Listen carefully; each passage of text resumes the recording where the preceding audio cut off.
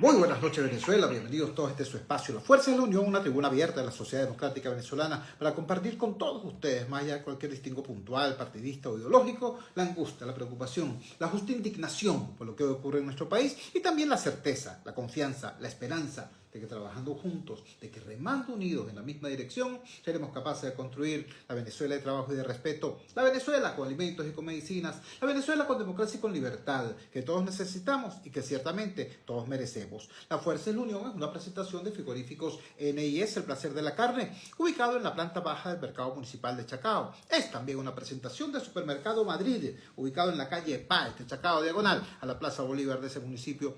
Bueno, queridos amigos, ustedes saben que aquí solemos conmemorar algo llamado el Día del Niño, que está por allá entre junio y julio, algo así, ¿no? En realidad, tal conmemoración, aunque muchos colegas periodistas cuando llega la fecha les ponen en pauta que hagan un trabajo sobre eso, entonces por falta de precisión, por algún desliz, se les ocurre decir que esa es una conmemoración internacional, lo llaman el Día Internacional del Niño, etcétera, etcétera. Resulta que no es así. Esa celebración que aquí en Venezuela llaman de hace unos poquitos años para acá, el Día del Niño, en realidad fue motorizado, y me parece que es correcto que lo hayan hecho, por los fabricantes venezolanos de juguetes, ¿no? Que decían, no podemos tener una única temporada al año, solamente en diciembre, al final del año. Para darle sostenibilidad a la industria necesitamos otra temporada más a mitad de año. Y entonces hubo esa iniciativa, etcétera, etcétera, me parece de lo mejor. Y bueno, se ha institucionalizado en nuestro país. Pero el Día Internacional del Niño es hoy.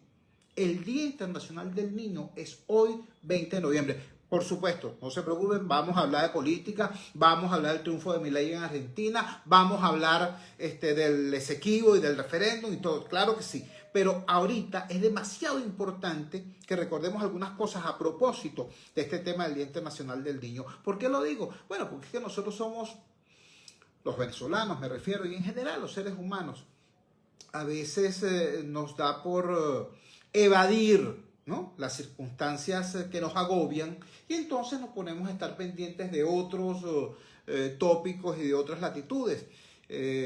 Hoy hay mucha gente que está pendiente y con razón de lo que está pasando con los niños que fueron secuestrados en Israel, o con los niños que están en la Gaza, que es teatro de operaciones de un terrible conflicto. Si estuviéramos hablando hace unos meses, la preocupación fuera por los niños ucranianos. Pero no podemos olvidar que nuestros niños venezolanos están enfrentando una situación extremadamente dura, extremadamente compleja. La crisis económica golpea con más fuerza a los más débiles, y nuestros niños están entre los más débiles. El tema de la diáspora, el tema del éxodo, el tema de cuántos niños, los que se quedaron acá solos porque los padres se fueron, o en manos de sus abuelitos a quienes ellos más bien tienen que cuidar.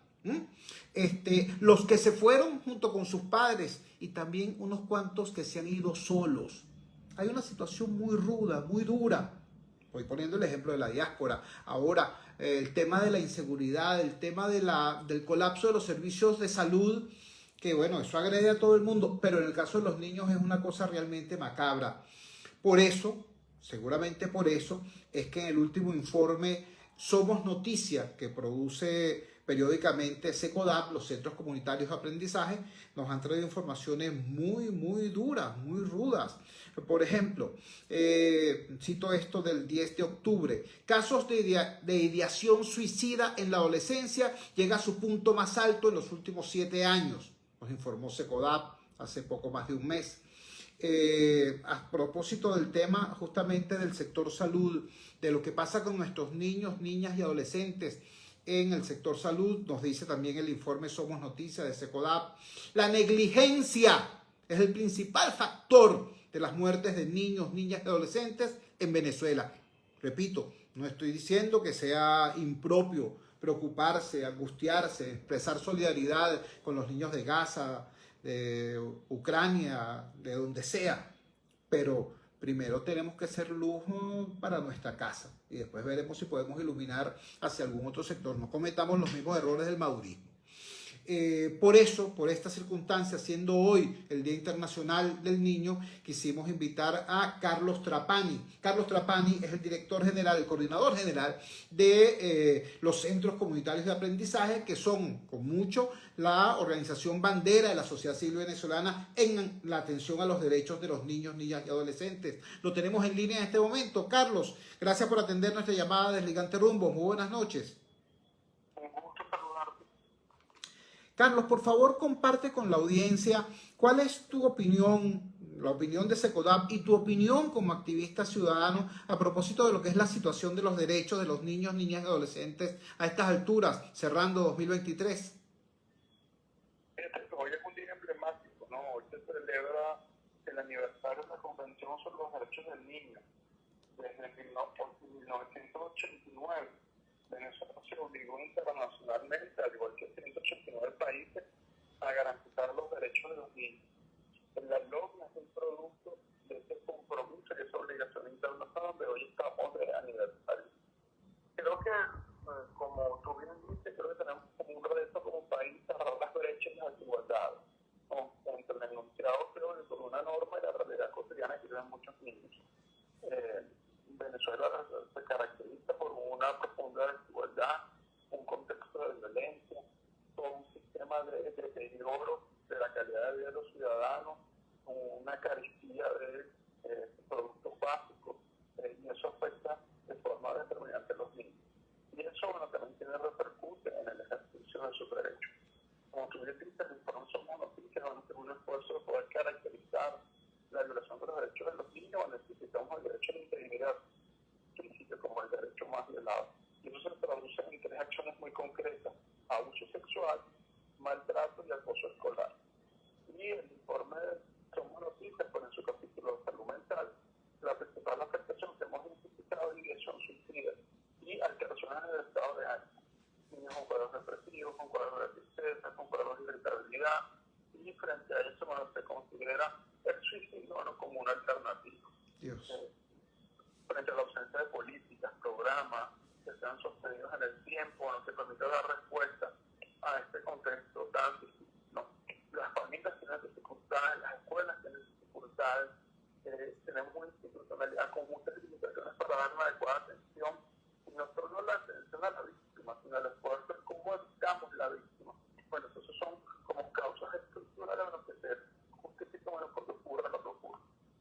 Estamos conversando con Carlos Trapani, repito para quienes se incorporan recién a la transmisión. Carlos Trapani es el director general de los Centros Comunitarios de Aprendizaje, SECODAP, la organización bandera de la sociedad civil venezolana en atención a los derechos de los niños, niñas y adolescentes. Hoy es el Día Internacional del Niño y por eso estamos haciendo hincapié en la necesidad de que esto no se transforme en un tópico simplemente de conmemoración en conmemoración, sino en, como lo hace SECODAP, una preocupación permanente. Carlos, ciertamente hay un tema crucial en lo que es el diseño, ejecución y evaluación permanente de políticas públicas sobre este tema. Ahora, quisiera que nos hablaras un poco de lo que ha sido el desarrollo de estos escenarios de violencia contra niños, niñas y adolescentes en los últimos tiempos. Viendo los informes de SECODAP, me da la impresión, corrígeme si me equivoco, de que progresivamente los perpetradores de los abusos contra los niños, niñas y adolescentes son con cada vez mayor frecuencia personas cercanas al entorno del niño, familiares directos o familiares políticos, padrastros, madrastras, cosas por el estilo, cuidadores en todo caso. Corrígenos, eso es así, es decir, ya aquello de que, bueno, este niño no está en la calle, este niño está en su hogar, no es exactamente un motivo de alivio, porque el hogar también es un espacio de peligro. Depende del tipo de violencia. La violencia no es una realidad homogénea. Pero sin duda, cuando hablamos de castigos físicos, maltrato y abuso sexual, los principales agresores son los familiares, ¿no? Familiares cercanos al niño, no necesariamente un familiar consanguíneo, puede ser incluso un cuidador, porque cómo se materializa el abuso, sobre todo el sexual, en base a esa relación de confianza, en esta cercanía y en función de esta simetría de poder que materializa el abuso. Y bueno, por otro lado, hablamos de crianza, niños pequeños son los más afectados, porque tienen una relación asimétrica de poder. Cuando hablamos de una violencia social, ¿no? Que es una violencia delincuencial, como tener hablamos de una violencia estructural que genera el propio Estado frente a las misiones de políticas sociales básicas. Pero sin duda, el entorno más cercano al niño constituye los principales agresores. Y hemos tenido un repunte preocupante en casos de violencia sexual, ¿no? Y maltrato. Y bueno, son datos que son contextos con los datos que presenta el Ministerio Público. Y recordamos que Venezuela no tiene datos oficiales en infancia, es violencia desde el año 2005. Y son las organizaciones de la sociedad civil que tienen un esfuerzo poder caracterizar en la gestión del Ministerio Público actual, bueno, lanzan algunas cifras y se indica, bueno, el propio fiscal lo ha dicho, bueno, que le llama la preocupación cómo van a ser incrementados el abuso sexual contra niños. Y ahí coincidimos. Lo que podemos discutir es cómo se hace el abordaje, pero a todas luces es un problema que está ahí y que nadie está exento de poder sufrir una situación como esta. Conversamos, repito, con Carlos Trapani, director general de los Centros Comunitarios de Aprendizaje, CECODAP, quien nos está informando cómo ha evolucionado, o mejor dicho, cómo ha involucionado en algunos aspectos lo que es el tema de los derechos de niños, niñas y adolescentes en nuestro país. Finalmente, Carlos, nos decías que hay una... en el caso del Ministerio Público, por fin hay una aproximación a dar algunas cifras y a expresar alguna preocupación pública sobre estos temas. ¿Eso es algo aislado en la gestión de ese despacho o digamos que el Estado en su conjunto está empezando a tener una conducta diferente frente a esto? ¿Estamos hablando, repito, de una excepción en el caso del Ministerio Público y excepción limitada, o hay un golpe de timón en el Estado en esta materia? No, yo creo que es una excepción y es muy raro, ¿no? Y sobre todo, bueno, que los datos tampoco que son desagregados, que nosotros hacemos un análisis a profundidad. Son unas cifras gruesas, pero cuando hacemos el ejercicio, los invito a que cualquier persona lo haga. Entre, por ejemplo, el número de casos imputados a los que el Ministerio Público imputa y abre una investigación y los casos sentenciados, vemos las diferencias y las brechas, ¿no? Importantísimo los porcentajes diferentes. Porque el Ministerio Público es un actor importante, pero es un actor más dentro del sistema público, dentro de la institucionalidad del Estado. Pero, por ejemplo, si quieres saber cuántos niños están matriculados, nadie sabe. ¿Cuántos niños se vacunan? Nadie sabe. ¿Cuántos casos de adopción hay en el país? Nadie sabe. ¿Cuántos necesitan cédula de identidad? Nadie sabe. Y, por ejemplo, la institución pública que presenta mayores dificultades, mayores asistencias y garantizar los derechos de los niños es el SAI. No acata la acción de los consejos de protección, no acata la acción de los tribunales de protección. Entonces, bueno, yo creo que es de las peores entidades públicas en términos de protección a los derechos de los niños. Entonces, pero que ofrece el Ministerio Público, no tenemos que sorprender ni darle las gracias. Es una obligación que tiene todo el Estado de dar cuenta y dar datos públicos, bueno, cómo están sus ciudadanos, que es lo que nos permite saber cuánto hemos avanzado, hemos fortalecido o cuáles son los pendientes que tenemos que estar atentos. Y no quiero pasar tu programa porque es una fecha importante para los defensores de derechos del niño el día de hoy y lo que se mantiene en pie, las voces que han dado visibilidad al tema de infancia son organizaciones de la sociedad civil, organizaciones incluso pequeñas que hacen un trabajo silencioso en comunidades que nadie ve, que no salen en el timeline de las autoridades, pero todos los días se levantan y testarudas buscan y garantizar un presente mucho mejor a los niños. Hoy es el día de estas organizaciones, hoy es el día de estos defensores, la realidad es que el Estado, la sociedad y todos nos movilizamos para poder garantizar los derechos de los niños. Así es, Carlos. Yo quiero agradecerte que nos hayas regalado estos minutos y nos hayas puesto al tanto de cómo está esa lucha y de quiénes están dando esa lucha. Un gran abrazo, buenas noches. Vale, saludos. Carlos Trapani, coordinador de los Centros Comunitarios de Aprendizaje, CECODAP, la organización bandera en la sociedad civil venezolana en materia de lucha por los derechos de los niños, niñas y adolescentes. Nos decía, lamentando yo también, por cierto, que el sonido haya sido tan precario, la calidad de la señal, nos decía en primer lugar que en general el abordaje que hace el Estado del tema de los derechos de los niños, niñas y adolescentes sigue siendo muy precario, que excepcionalmente hay un despacho del Ministerio Público que ha dado algunas cifras y expresado alguna preocupación, pero que incluso esas cifras son muy gruesas, no tienen el nivel de desagregación necesario para poder trabajar con eficacia o utilizar esa información como plataforma. Explico yo ahora a qué se refiere nuestro buen amigo Carlos Trapani. Cualquier cosa sobre la cual usted vaya a operar, usted necesita, para operar con eficacia sobre eso, tener una plataforma de información. Si tú tienes, si tienes un déficit terrible, por ejemplo, en materia de vacunación, tienes que saber a cuántos niños le faltan las vacunas y qué vacunas le faltan a cuántos niños. Por ejemplo, si tienes el tema de la atención a los niños que el éxodo de los padres los dejó acá en situación de abandono total o parcial, bueno, tienes que tener cifras actualizadas de lo que es el drama del éxodo, lo que es el drama de la diáspora. Si tienes problemas a nivel de los registros de salud, bueno, tienes que tener esas estadísticas también. Bueno, pero si no tienes ninguna información, ¿cómo trabajas? ¿Cómo operas con eso? Es ciertamente complicado.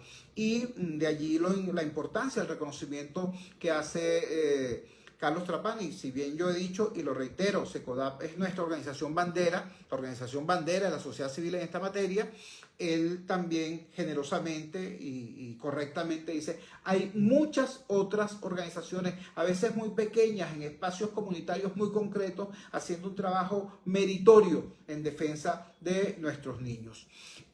Bueno, esa fue nuestra manera hoy de arrancar el programa, a propósito de que hoy es el Día Internacional del Niño. Pero resulta que mañana hay otra efemérides relevante. Mañana es el Día del Estudiante Universitario. Esta es una efemérides venezolana. El 21 de noviembre se conmemora el Día del Estudiante Universitario porque esa fecha está íntimamente entrelazada con la lucha de los estudiantes universitarios por la democracia y por la libertad en nuestro país, la huelga universitaria que dio lugar al inicio de las actividades que terminaron dando el traste de la penúltima dictadura, la dictadura de Marcos Pérez Jiménez. Mañana se conmemora mañana 21 de noviembre se conmemora el Día del Estudiante Universitario. El gobierno tiene una manera peculiar de celebrar ese día, ¿no? Lo va a celebrar manteniendo en prisión a un estudiante universitario, a un UCEBista. Hoy fue la audiencia preliminar de John Álvarez. Como ustedes saben, John Álvarez es un estudiante UCEBista que fue secuestrado, fue desaparecido, fue torturado. Finalmente reconocieron tenerlo preso y, bueno, hoy tuvo su audiencia preliminar. Allí estuvo su abogado defensor, el doctor Joel García, defensor de los derechos humanos y amigo de esta casa. Lo tenemos en línea en este momento. Doctor Joel García, muchísimas gracias por atender nuestra llamada desde el Gigante Rumbo. Muy buenas noches. ¿Qué pasó hoy en la audiencia preliminar de John Álvarez? Te escuchamos. Buenas noches, Chugo. Buenas noches a toda la audiencia de Radio Rumbo y gracias siempre por tu invitación oportuna. Hoy celebramos la audiencia preliminar del estudiante UCEBista John Álvarez. En esa audiencia, bueno, discutimos, debatimos sobre la admisión o no de ese escrito acusatorio que presentó la Fiscalía. Parece que a John Álvarez están acusando del delito de conspiración y de asociación para delinquir. Pero es que es un escrito acusatorio. Aló, sí, te escuchamos. Sí. Es un escrito acusatorio que es digno de llevarse a las escuelas de derecho, porque precisamente es un escrito que carece de todos los requisitos de forma y de fondo para que un juez lo pueda estimar, apreciar y decide ordenar un pase acusatorio que deja mucho que desear, no solamente por lo que dice, sino por cómo fue defendido por el Ministerio Público. Pensábamos que con esos argumentos, con esos dichos del Ministerio Público, el juez de la causa nos iba a declarar con lugar nuestras excepciones, pero no fue así. Admitió la totalidad del escrito acusatorio, todos los medios de prueba que ellos llevan al proceso, y desechó todos los argumentos nuestros y en consecuencia el escrito de excepciones también. John Álvarez se mantiene preso en La Yaguara, la Policía Nacional Bolivariana, además que ordenaron el pase a juicio. John Álvarez está siendo relacionado con el caso de los 6 sindicalistas que indebidamente o injustamente fueron condenados a 16 años, porque con toda responsabilidad puedo decirte, Chu, que no hay allí ni un solo elemento de convicción para estimar que ellos son responsables de esos hechos, y en consecuencia John tampoco. Toda la acusación se fundamenta en un informe de contrainteligencia donde dicen que ellos pretendían cometer actos conspirativos, que ellos pensaban hacer eso. Sin embargo, no hay la muestra ni de un solo acto de terrorismo, de subversión, de conspiración, para que ellos estén tras las rejas. Y en este caso el estudiante John Álvarez, un joven apenas de 24 años, un músico, un atleta, un estudiante de las profesiones, que mañana tristemente se va a celebrar el Día del Estudiante Universitario, pero sin ese estudiante universitario como John Álvarez. Entonces, es muy triste lo que está pasando en Venezuela con la justicia. Esto viene de hace mucho rato, pero ya vemos que no tiene sentido a veces ni siquiera argumentar, porque los jueces lo que hacen es cumplir instrucciones y lamentablemente yo que formo parte del cuerpo docente de universidades, que da dolor cómo formamos a estas personas para que se deformen después cuando están en ejercicio de la profesión. Estamos conversando con el abogado Joel García, él es defensor de John Álvarez, entre otros muchos casos, porque es un defensor de derechos humanos. Nos está informando, primero, que el documento acusatorio presentado por la Fiscalía era un bodrio, una cosa mal hecha, una cosa ridículamente mal hecha, una cosa que si le hubieran llegado al doctor Joel García en el aula de clase donde dicta cátedra en la universidad, en la Facultad de Derecho, seguramente hubiera salido raspado quien le presentara ese documento. Sin embargo, en estos tiempos de la justicia roja rojita, ese documento fue aceptado en todas sus partes y John Álvarez entonces pasa a juicio y pasa a juicio preso, lo cual debiera ser una excepción de acuerdo a la Constitución, pero en los casos de defensores de derechos sociales y de derechos políticos pareciera ser la norma. Joel, quisiera precisar que nos precisaras 3 cosas. La primera, tú nos dijiste en una ocasión que la acusación se basaba en una especie de policía del pensamiento, es decir, que la acusación se basaba en que John Álvarez pensaba hacer tal cosa y que por eso estaba preso. La primera pregunta que te quería hacer era, en esta repregunta, mejor dicho, es si el documento acusatorio refleja esa falta de sentido común que nos habías referido. Lo segundo que te quería preguntar es si se confirma entonces que va para La Yaguara, para la sede de la PNB en La Yaguara. Me preocupa porque la información que dio hoy el gobierno es que los planes de las cárceles intervenidas han sido reubicados justamente allí, en la sede de la PNB en La Yaguara. Así que lo que era antes un centro, digamos, temporal de reclusión, se ha transformado en una especie de penal de alta peligrosidad. Y en tercer lugar, te quería preguntar qué es lo que va a pasar en el desarrollo posterior de este juicio oral y público. Es decir, sencillamente, ¿será de verdad oral y público o como de costumbre será un juicio clandestino? Ok, en cuanto a lo primero, es tal como te lo había señalado anteriormente, de que hay un patrón recuperante anónimo que dice que este grupo de personas pensaban atentar contra el desfile del 4 de julio y además robarse 120 fusiles en un cuartel en Mérida.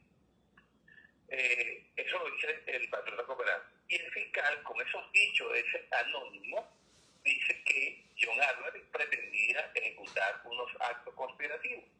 Sin embargo, después dicen que cuando John Álvarez es detenido con un panfleto con la bandera de Ucrania y de Venezuela, eso constituye un acto de terrorismo y de desestabilización contra Venezuela, y habla de que es un traidor a la patria, o sea, emite juicios de valor sobre la conducta de John. Un fiscal no debe emitir juicios de valor, sino fundamentarse objetivamente en los hechos para subsumirlos en el derecho.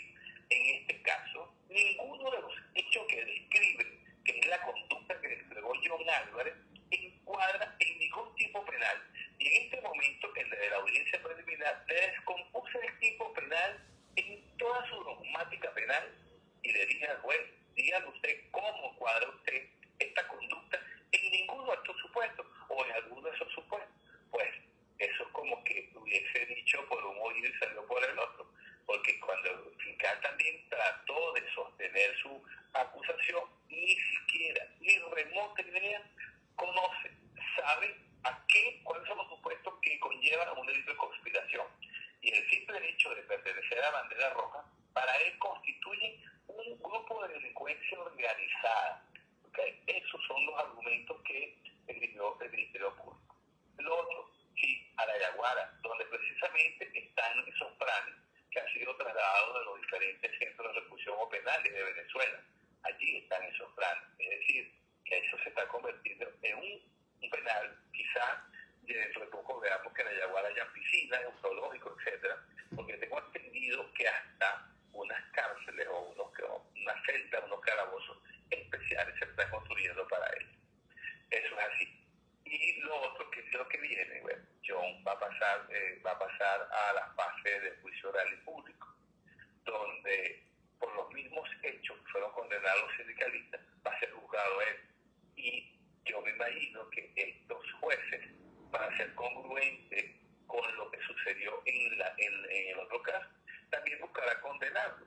Sin embargo, este juicio, que es oral y público, según la norma adjetiva penal, tenga usted por seguro, Chugo, que se van a cumplir, que se respete ese principio de publicidad, porque ya basta de tanto atropello, ya basta que nuestros colegas nos atropellen, que nuestros colegas que están formados como todos nosotros en una academia, una universidad, echen por la borda todo aquello que principios, valores que se fueron formados para convertirse en unos mercenarios políticos que simple y llanamente lo que cumplen son órdenes como un soldado, instrucciones de lo que deben hacer. Eso da vergüenza.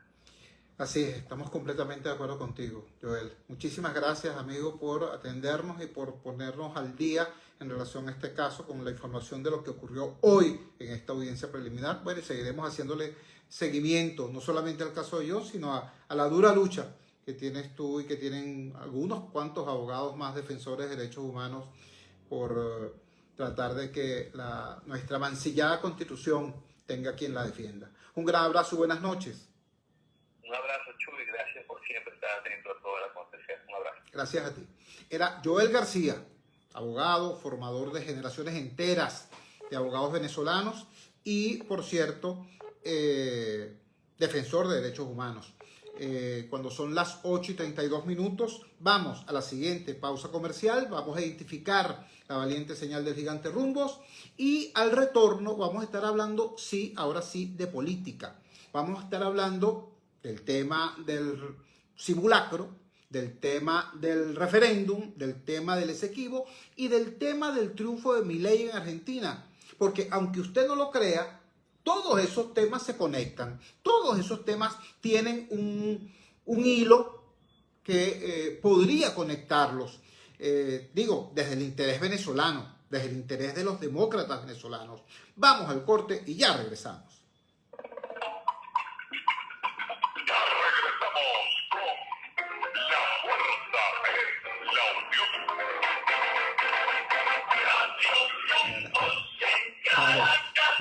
¿Cómo te va?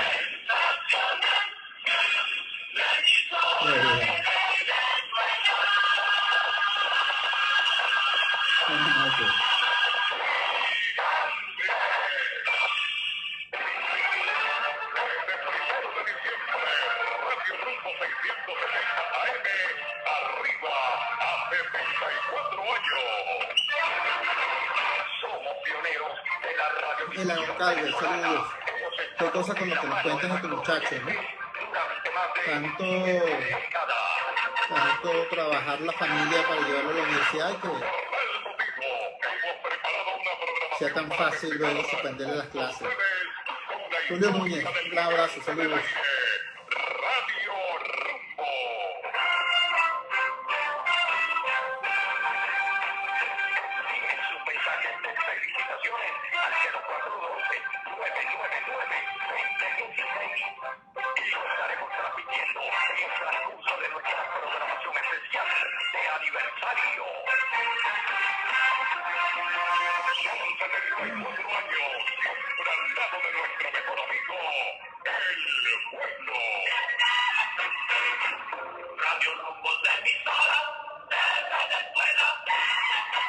Son las 8:35.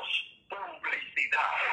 Vamos a la playa. Convierte tus fines de semana en unas largas vacaciones. Posada Mansión Georgette. Villas equipadas con cocina, nevera, aire acondicionado. Disfruta de nuestra hermosa piscina abierta las 24 horas. Posada Mansión Georgette. En el mismo Caribe de Boca de Chile. A solo 2 horas y media de Caracas. Te esperamos los 365 días del año. Reservaciones por los teléfonos 0414-303-2476 y 0414-131-3998. Síguenos, @ tu Posada Mansión Georgette. Atención, mucha atención. En Óptica Martínez y Bolívar, en la Roosevelt, frente al Elevado y en el centro comercial Propate y Alimentos, frente a Factory, se volvieron locos, porque ahora tenemos el 20% de descuentos en todo. Llámate ya al 633-0819 y aprovecha esta locura que tiene para ti Óptica Martínez y Bolívar. Aprovecha que por tiempo limitado y ahora tenemos consulta de oftalmología con previa cita y a precios solidarios. Corre la voz. Desde a Radio Rumbo 670 AM. Hay que celebrar la vida, que tú veas lo que Dios toca. Tu mentera se desea. A vos te lo digo, pedirá. A vos te lo digo, pedirá. A vos te lo digo, pedirá. A vos te lo digo, pedirá.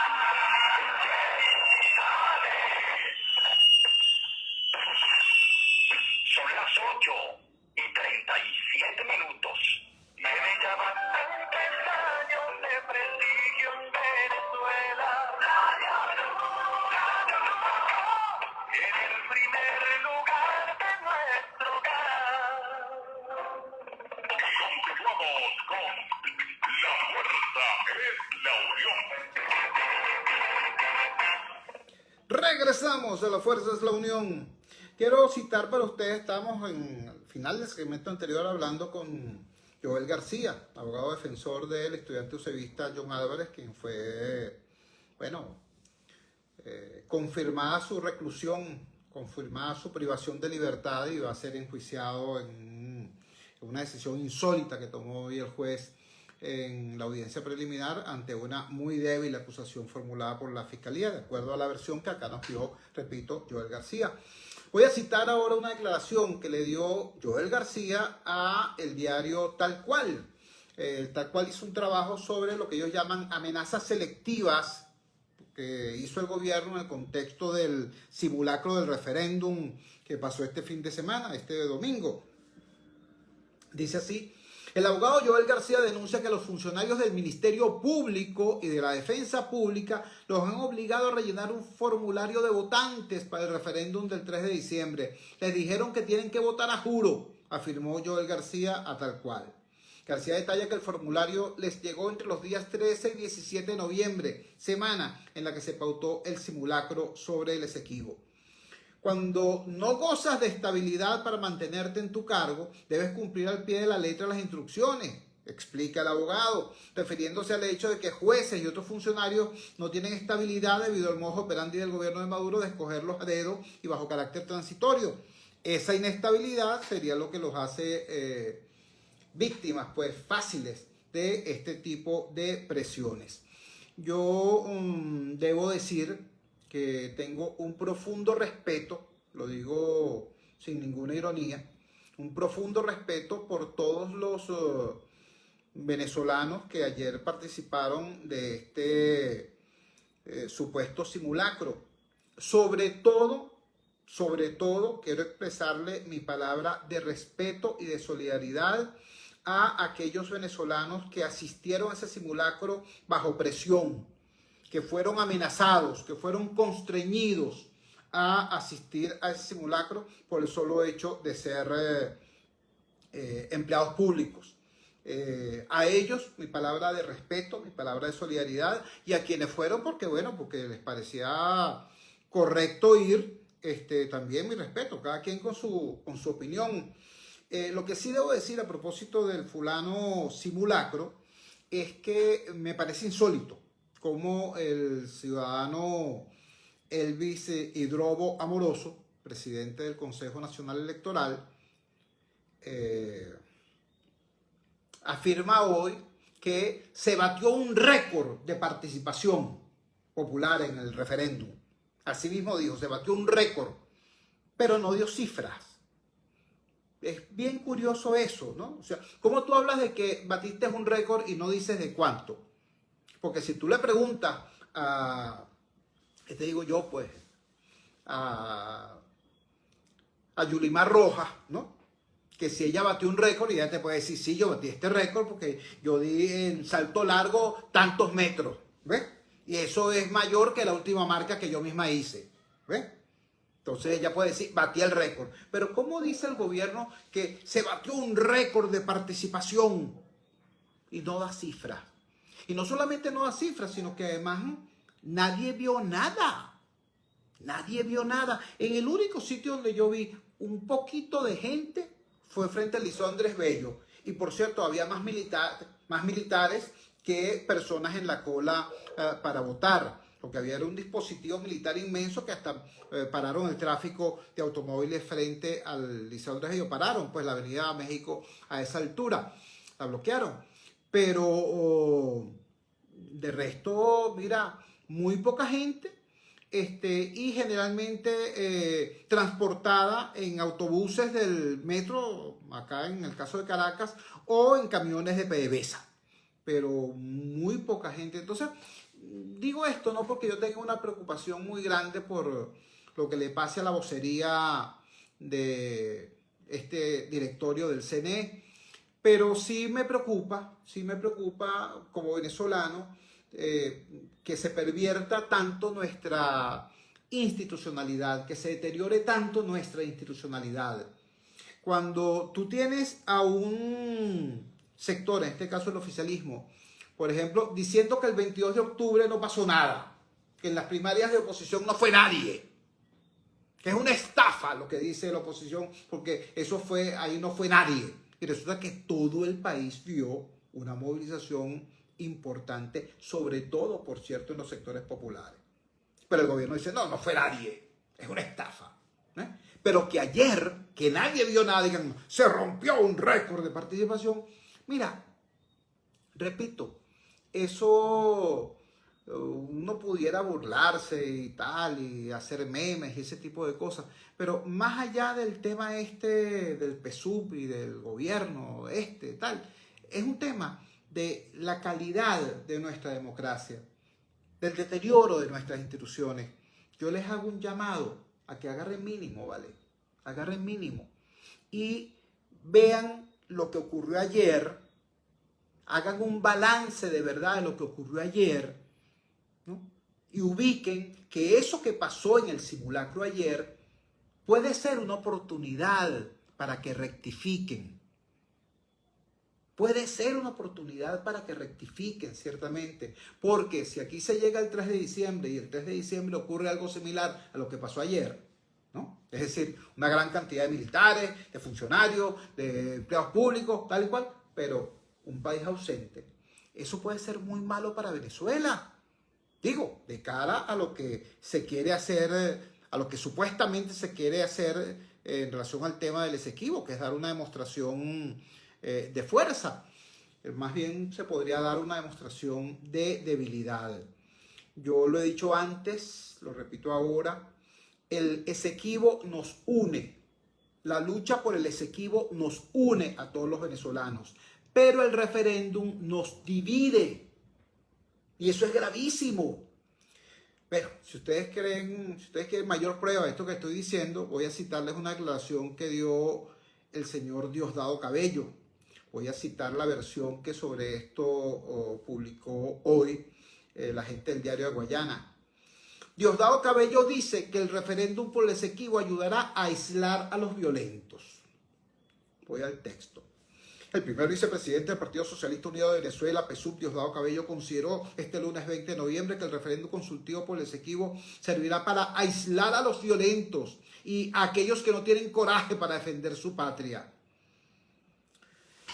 Mira, mano, te lo voy a decir con absoluta claridad.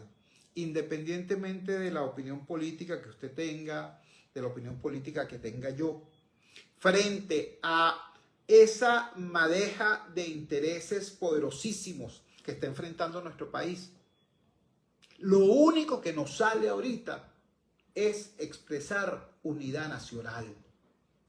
Unidad nacional por el Esequibo, unidad nacional por la patria, unidad nacional por la integridad territorial, por el ejercicio de la soberanía. Pero el poder insiste en dividirnos.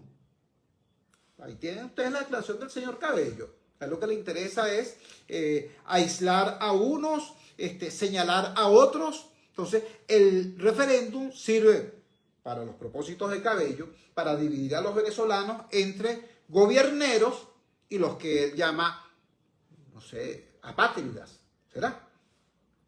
Bueno, eso le servirá a él para el discurso de las miserias politiqueras cotidianas, pero eso no sirve para fortalecer la posición del país ante el mundo. Y digo ante el mundo porque nuestro contendor no es Guyana. Nuestro contendor no es Guyana. Con Guyana está Cuba.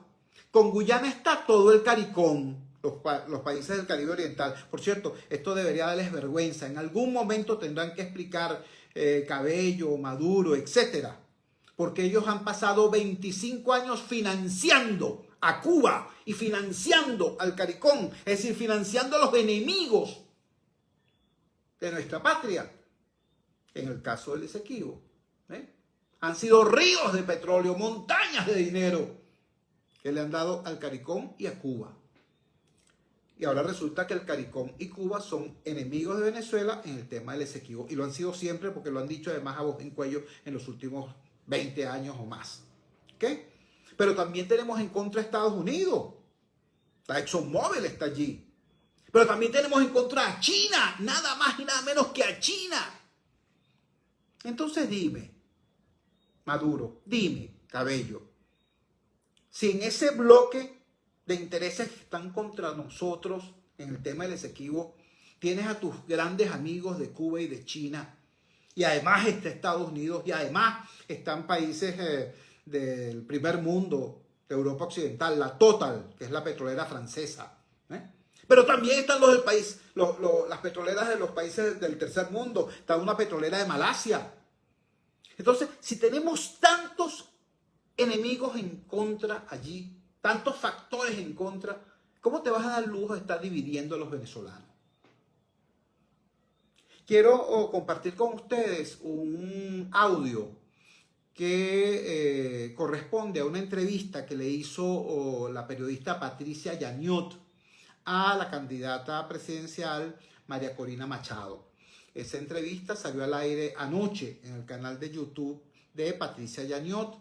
Y la última pregunta que le hizo Patricia a María Corina fue justamente sobre el tema del referéndum, sobre el tema del Esequibo. Escuchemos de inmediato qué le preguntó Patricia Yaniot y cuál fue la respuesta.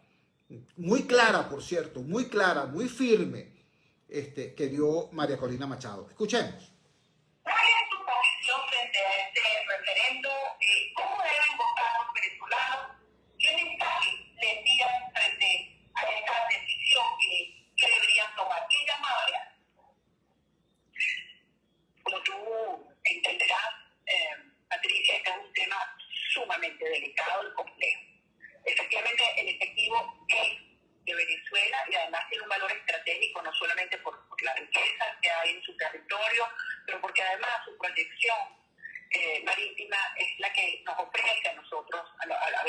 acceso al Atlántico. De allí que ha sido un tema que yo he defendido y seguido de cerca durante, bueno, todos mis años en política, y hemos alertado hace muchísimos años los gravísimos errores que estaba cometiendo primero Chávez y después Maduro. Recordemos que además Maduro era canciller de Chávez. Sus declaraciones, acciones y omisión perjudicaban la posición de Venezuela, en muchas ocasiones impidiendo lo que había sido nuestra posición histórica de patrullaje y de defensa de los intereses de Venezuela en el Esequibo de sus aguas marinas y submarinas.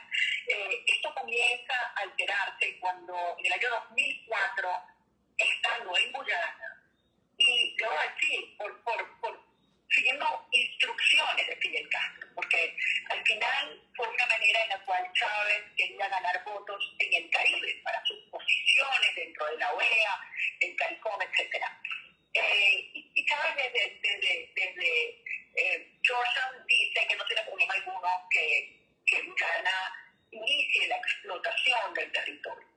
Explotación comercial, industrial, etc. Esto fue un cambio significativo en la posición histórica y lo alertamos en ese entonces. Ahora bien, en este momento, cuando el régimen se encuentra frente a un proceso que avanza en la Corte Internacional de Justicia, ante el cual ha sido absolutamente irresponsable, pretende, como tú bien dices, cambiar el foco, dibujar la atención de la primaria, pero además pretender trasladar su responsabilidad de haber puesto el Esequibo en riesgo a la población venezolana. A lo cual yo respondo una cosa, pero de una manera firme. La soberanía se ejerce, no se consulta, se ejerce. Queda muy claro cuál es la responsabilidad que tiene el Ejecutivo en Venezuela en este momento, y es presentar a más tardar el 8 de abril la contramemoria donde se recoja de manera impecable todos los argumentos históricos, diplomáticos que sustentan nuestros derechos. Pero hay que hacerlo de manera profesional y tiene que ser producto, Patricia, de un proceso que una al país y no que lo divida. Y con este planteamiento del referendo, lo que están haciendo es dividiendo al país. Esto es un grave error y lo que corresponde desde una posición de Estado es recordar a los venezolanos que todos debemos estar unidos alrededor de la defensa del Esequibo, que es nuestro, y que por lo tanto lo que corresponde es presentar una argumentación impecable, sustentada por los mejores expertos que tenemos en Venezuela para garantizar que se respeten nuestros derechos en esta zona estratégica para los intereses del país. Pero entonces deberían rechazar el referéndum, no deberían asistir o deberían decir no a las preguntas.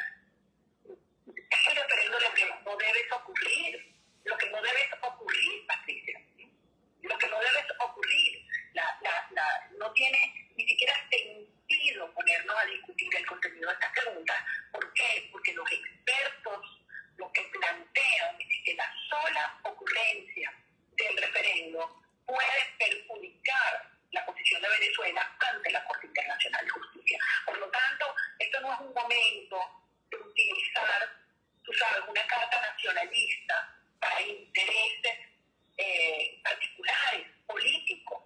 Aquí hay que asumir una posición de Estado y pensar en el interés superior de Venezuela y no actuar de esta manera verdaderamente irresponsable y antidemocrática como insiste en actuar Maduro y su régimen. Bueno, esta fue la respuesta clara, contundente, firme y muy bien documentada que le dio la candidata presidencial María Corina Machado a la periodista Patricia Yaniot cuando ésta le interrogó sobre el tema del Esequibo y el tema del referéndum. La respuesta de María Corina es clara: el Esequibo es nuestro. Tenemos suficientes títulos para demostrarlo en cualquier tribunal del planeta, en cualquier instancia del planeta. El Esequibo es nuestro. El referéndum es un peligro. ¿Por qué? Porque nos divide. Miren, creo que está absolutamente claro. Absolutamente claro. Le repregunta a Patricia, bueno, entonces, ¿qué deben hacer? deben votar así, deben votar asado, deben abstenerse a participar. Insiste entonces también en su planteamiento María Corina Machado y dice, no vale, es que el referéndum lo que no debe es ocurrir, no debe producirse, porque va a terminar debilitando la posición de Venezuela, no solamente ante la Corte Internacional de Justicia, sino ante la comunidad internacional. ¿Me explico? Bueno, ese fue el planteamiento de, repito, María Corina Machado. ¿A dónde voy yo ahora con esto? Y quiero decirlo con también mucha claridad, porque alguna gente como que tiene problemas de lectoescritura. Señores, la llamada Plataforma Unitaria Democrática es la alianza de partidos que convocó a las elecciones primarias. En esas elecciones primarias venció con más del 90% de los votos María Corina Machado, ¿verdad? Y como consecuencia de ello, la Plataforma Unitaria Democrática proclamó como candidata a María Corina Machado. Bueno, señores, ¿cómo se explica entonces que la candidata de la Plataforma Unitaria Democrática y de todos los demás venezolanos que participaron en ese proceso tenga una posición sobre este tema y que la llamada Plataforma Unitaria Democrática tenga otra muy distinta? La posición hecha pública por la llamada Plataforma Unitaria Democrática es que cada quien haga lo que le dé la gana. Así mismo, que cada quien haga lo que le dé la gana. Respetan el libre albedrío de los ciudadanos, pero por favor, vale. Claro que los ciudadanos tenemos libre albedrío y siempre actuaremos desde nuestro libre albedrío, pero para algo existen las direcciones políticas. Existen precisamente para proponernos a los ciudadanos líneas de conducta, orientación frente al panorama, y para que uno escoja entonces, bueno, esta propuesta me parece correcta, esta línea de conducta me parece asertiva, ¿ves? Vamos a hacer esto de esta forma. Bueno, tenemos entonces, repito, dos situaciones distintas. Tenemos la posición de la candidata de la Plataforma Unitaria y tenemos, por otro lado, la posición de la Plataforma Unitaria completamente diferente, completamente distinta. ¿Ves? Entonces, ¿a dónde voy con esto y por qué digo, como insisto, que hay que decirlo? Porque esto tiene una conexión con el tema argentino, con la victoria de Milei.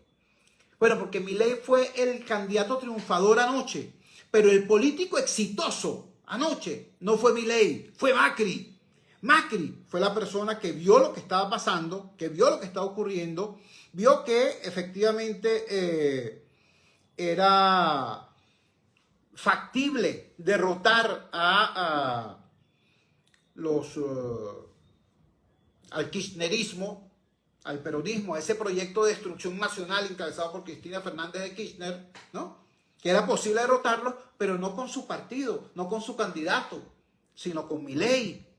Y Macri hizo lo que era necesario hacer para que Milei acudiera a la segunda vuelta con todo el apoyo necesario, bueno, y con la victoria por amplísimo margen que se produjo. Yo debo recordarles también, yo lo puse ayer en la red X, Lula ganó la presidencia de Brasil por 1.8%, Petro ganó la presidencia de Colombia por 3.2%, Milei ganó la presidencia argentina por más de 12%. O sea, no fue una victoria X, fue un arrase, ¿vale? Un arrase. Entonces, repito, eso pasó ayer porque hubo un Macri que dijo, lo importante no es quién hace el gol, lo importante es que el equipo gane. Yo veo con preocupación, ¿no?, que tenemos, que la Plataforma Unitaria Democrática escogió una candidata y frente al primer tema trascendental que surge en la agenda pública desde el 22 de octubre hasta hoy, que es el tema del referéndum y del Esequibo, entonces está la candidata por un lado y la plataforma por la otra. Ojo, no lo estoy diciendo por mal, al contrario. Creo que tienen todos una oportunidad extraordinaria para rectificar. El gobierno tiene una oportunidad para rectificar. Si el gobierno evalúa bien lo que pasó ayer domingo, tiene que ver la inconveniencia la severa inconveniencia de seguir rumbo al 3 de diciembre como venían. Pueden replantearse el escenario, pueden redefinir la línea política. ¿Por qué? Porque lo que interesa es dar una demostración de fuerza, no una demostración de debilidad, como lo que pasó ayer. Eso en el caso del gobierno. Y en el caso de la oposición, por el amor de Dios, el hecho de que hoy la candidata haya hecho pública su posición permite reabrir un debate y llegar a una posición más seria que aquello de que, bueno, que cada quien haga lo que le dé la gana. Pero que la plataforma unitaria asuma su responsabilidad como liderazgo político de hacerle una propuesta al país. Ojalá que unos y otros entiendan que rectificar es posible y que más importante que sus cálculos mezquinos, ¿no?, es el interés del país. En el caso del gobierno, por razones obvias, porque tienen una responsabilidad muy grande por todo lo que han hecho mal en estos 25 años, que no lo vayan a culminar con una torta ahora. Y en el caso de la llamada plataforma unitaria, bueno, que se comporten en forma unitaria, de verdad. Que hagan como Macri, ¿vale? Macri apoyó a Milei y lo hizo y lograron la victoria. Dejen de estar como Caimán en boca de caño, esperando que inhabiliten, que ratifiquen la inhabilitación de María Corina. Dejen de estar cazando güire, ¿no? Jueguen en equipo, porque lo importante, repito, no es quien haga el gol, sino que el equipo gane. Y en este momento, el país, o por lo menos ese sector del país opositor, decidió que la capitana del equipo es la señora Machado. Ah, que tienen ustedes resistencia con la señora Machado, como podía tenerla, por ejemplo, el partido de Macri con Milei. Está bien, pero tienen que resolver esa resistencia en función del interés superior de la República.